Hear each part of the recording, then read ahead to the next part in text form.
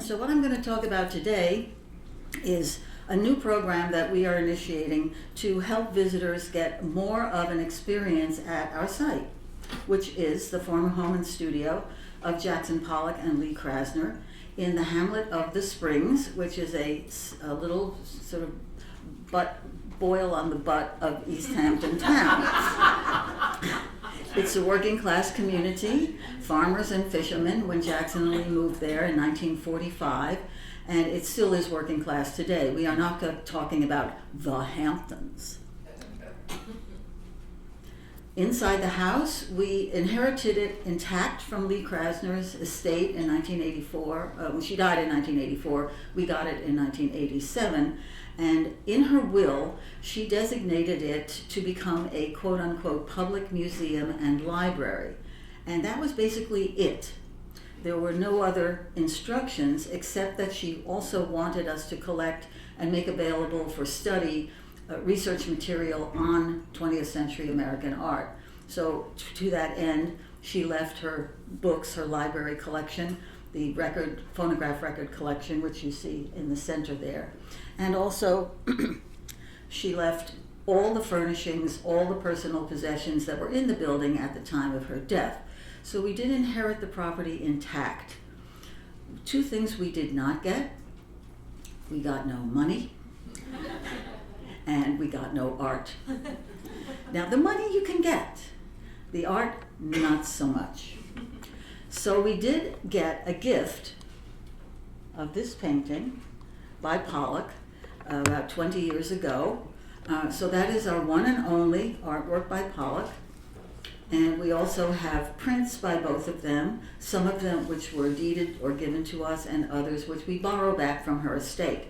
And one thing that people are often confused about is how we are vis-a-vis the Pollock-Krasner Foundation. They're the ones who got the money. And what they do with it is give grants to artists. Now, could I argue with that? Absolutely not. Some of my best friends are artists, and they have gotten the grants. And also, I'm married to an artist. So believe me, I'm very sympathetic to that mandate. However, without any support from them, it was very, very difficult for us to raise money.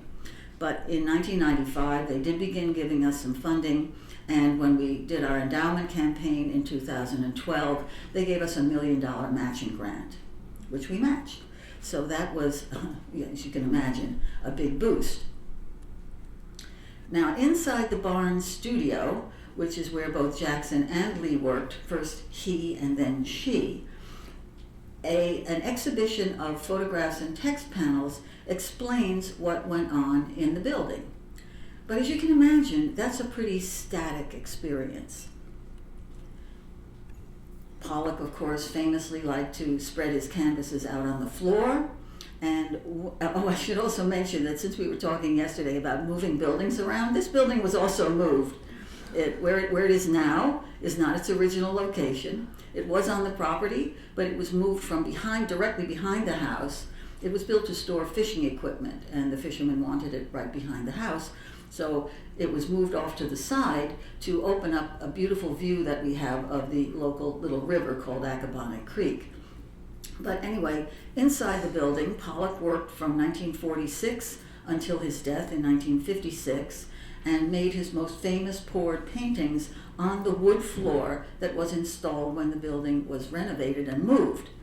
And most of the colors and gestures that went into these famous poured paintings spilled over the edges of the canvases.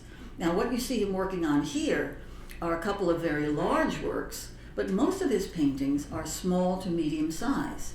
So they were laid out on the floor in all different positions over this period of time, and the colors and gestures spilled out over the edges, and pretty soon you had, quite a lively display on the floor itself. And then in 1953, that surface was covered with masonite because he had the building renovated in order to insulate it. As you can see from looking at the walls here, what you're looking at is the outside world. This building was very drafty. It had no heat, no electricity. So in 1953, when he started to earn serious money, he put some money into the building and had it insulated and had fluorescent lighting put in, a kerosene stove for heat. The walls were covered with wallboard and insulation, and the floor was covered over with masonite. So it became, instead of this drafty old barn, it became a white cube. And that's what it looked like when we inherited it in 1987. Well, my predecessor, the founding director, thought, well, what am I going to do with this empty building? And her idea was to put in an exhibition of text panels and photographs that would talk about their lives and work. And in doing her research for that, she realized that in the photographs looking down at Pollock at work, you could see it was a different floor surface. So she went to the middle of the room, she pried up a couple of the boards, as you see here, and this is what was revealed underneath. So she said, tear out the front page, hold the phone, and she called in the conservators. They removed the flooring, they peeled up, as you can see here, was a layer of tar paper, and that is me. I was actually wearing a different, well, I wasn't wearing a hat at all, but I was wearing a different hat as a reporter, covering art for the New York Times. And here's Meg, my predecessor, with Rusty Levinson, who was the director of New York Conservation Associates. And what they did was to just take off the masonite, peel up the tar paper, or as the English would say, roofing felt, and then simply cleaned the floor. Just took off the tar paper residue and left it as a document of Pollock's most famous board paintings. So interpreting it up till now has involved taking people into the building, putting on special slippers so that they can actually walk on the floor surface, and then the exhibition of text panels and photographs that you can see in this panoramic view gives you the background about the two artists and their work. Now on the walls, as you can see also, we have some residue from Krasner. She liked to tack her paintings up on the wall surface, work on them vertically rather than horizontally, and she was also a very energetic painter, and in fact, if you look closely, you can see there are some splashes that go right up to the ceiling where she was applying the action paint, in a very energetic way. Unfortunately, at one point, unfortunately for us, she had it painted over. So the remainders are not as vivid in her work as they are in Pollock's. But both of them are represented, so you can see evidence of their working process, and the photographs and text panels give you the background. But as I say, since we don't actually have their work, it's very difficult to imagine the paintings in the context of the workspace.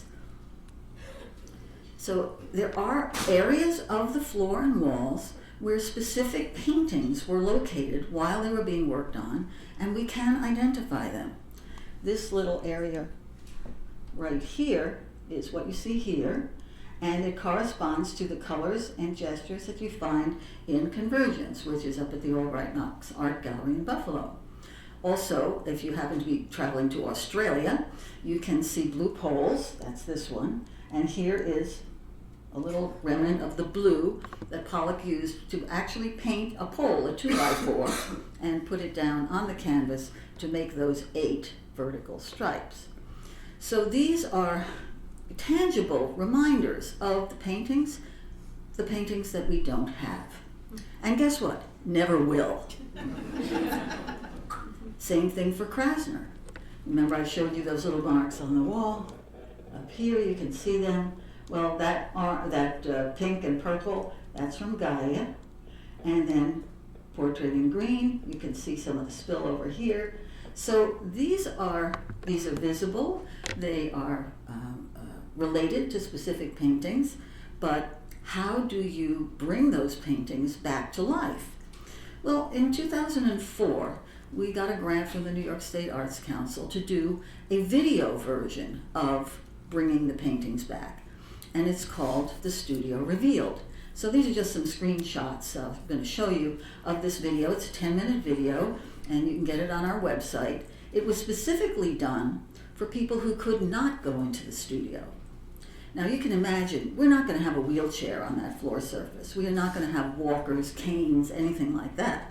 So anyone who is using a mobility device would not be able to enter the studio. But the house is handicapped accessible, so anyone who can't go in can get this video on demand in the house. And it shows you what I just showed you, the relationship of the marks on the floor to the paintings that were lying there or that were tacked up on the wall when the work was done. And here, for example, we have a little commentary by Krasner. She talks about how she begins her work with a blank slate, if you like, and then just makes some marks and then begins to go with it. This kind of spontaneous, intuitive process that's really the hallmark of abstract expressionism. So, although we've animated it slightly and bring the paint, as you can see in the slide, it looks like it's moving. Well, in fact, it does move. It comes forward onto the screen so that you can see the completed painting. But it's just, you're looking at a program. You're not actually in the space. Well, the next step, of course, is to take you into the space. And to do that, we're going to use virtual reality. Now, I don't know how many of you are familiar. How many of you have used VR either for interpretive purposes or for gaming? All right. Oh my gosh, we've got a savvy bunch here. Well, of course, however, I have it. And any of you who would like to experience it, who even if you have in the past, but would like to see what we're planning to do in the studio, you can come up during the break. But I'm going to ask you, since none of you will be quite as savvy as that teenager, I'm going to ask you to sit while you do it, because it can be very disorienting. It is actually an immersive experience where you feel that you are in the space. And using the media company that we're using, Media Combo, who did one for the Jewish Museum, which is where I saw it, we are going to have the paintings actually return to the studio. So as you're in the studio space, although you can do it anywhere, you wouldn't be in the studio itself, but as you're in this virtual studio space, you will look down at the floor and you will see blue poles on the floor. Then blue poles will go away. You'll see Convergence. You'll see number 1A, 1948, any number of Pollock paintings. Then if you look up at the wall, you will see Gaia, you will see Portrait in Green, you will see any number of other Krasner paintings, together with a commentary, their own voices and others explaining what you're seeing. So it'll be a much more direct involvement visually and in a sensory way in the actual process of why is this floor significant? Why are these walls significant? What do they mean in terms of the artist's actual practice and in terms of how you perceive and appreciate what they've done? So I think from a visitor point of view, it will be enormously effective. Plus, this is something more that we can give the disabled visitors who cannot go in the studio at all. And as a little extra bonus, they get to make their own paintings. You can key the program to the colors and gestures that Pollock and Krasner actually used, and with a handheld device, you can make your own paintings using those same colors and gestures. When you're finished, you email them to yourself, and then you can keep them on your own VR device. So for us, this is a step forward in interpretation, not trying to work with reproductions. I mean, you know, you could use a poster of the work, you could have something that is flat, that looks like the work, but this is actually three-dimensional, and it's experiential. And I think that this is very important for today's museum visitors. They don't want passive experiences, they want active experiences. And believe you me, once you try this thing, it's active. And you can get a little too active yourself. So that's why anyone who uses this, when I give it to you, I'm going to get you to sit down.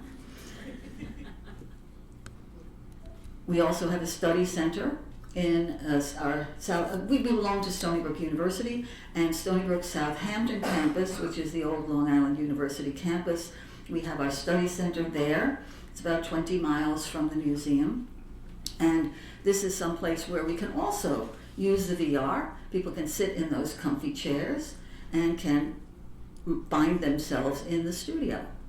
So I think that from our point of view, it solves certain problems that we could not overcome in any other way. Plus, it has the bonus of being something that's new, that's experiential, that gives people a feeling of actually being in the environment. And we are hoping to get funding for it. We haven't quite got it together yet, but there is a demo on this VR headset that I brought with me that at least it will show you the interior of the studio. It's just a 360-degree view, but when we do the actual program, the interpretive material that you saw will not be there. It will disappear, and we will just see the studio interior on its own. We'll take it back to the way it was in 1950 when Pollock was working there, and then we'll bring it up to the 1960s and 70s when Krasner was working there. So that way, and it will all transition in a seamless way. It's really kind of amazing, frankly, but it's not cheap. So, no, this is not a do-it-yourself project, believe you me. We are looking for significant funding for this, so don't try this at home.